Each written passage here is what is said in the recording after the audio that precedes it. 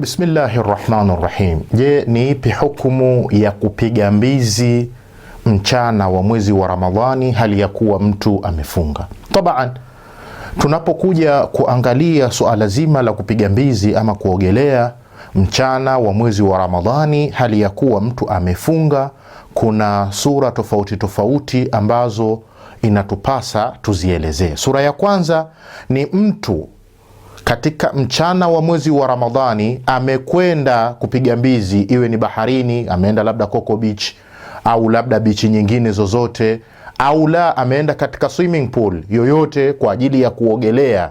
Alivyofika pale akazamisha mwili wake wote, bimaana kwamba kichwa kikawa ndani ya maji na mwili wake wote pia ukawa uko ndani ya maji.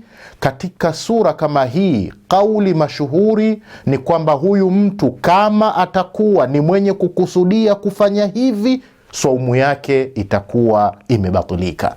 Na tabaan akilifanya hili kwa makusudi, katika kauli ya mashuhuri, ukiachilia mbali kubatilika kwa saumu yake, vile vile itampasa mtu huyu atoe kafara.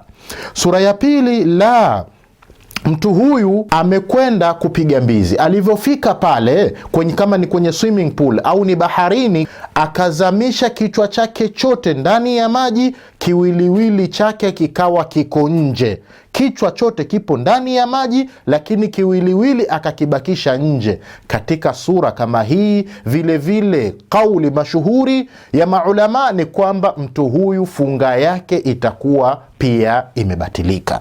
Katika sura ya tatu, la yule mtu alivyofika pale kwenye maji akazamisha nusu ya kichwa, nusu nyingine ikiwa iko nje, au akazamisha upande wa pili, nusu ya pili, nusu nyingine ikiwa iko nje. Katika sura kama hii, katika kauli ambayo ni mashuhuri, saumu yake itakuwa ni sahihi na wala haitokuwa imebatilika. Katika sura nyingine, sura ya nne, la huyu mtu anatia shaka kwamba je, nilipopiga mbizi kichwa changu kilizama chote kwenye maji au hakikuzama chote katika maji? Akiwa yupo katika hali ya shaka, hana yakini kwamba kichwa kilizama kwenye maji au hakikuzama, katika hali kama hii saumu yake pia vile vile itakuwa ni sahihi.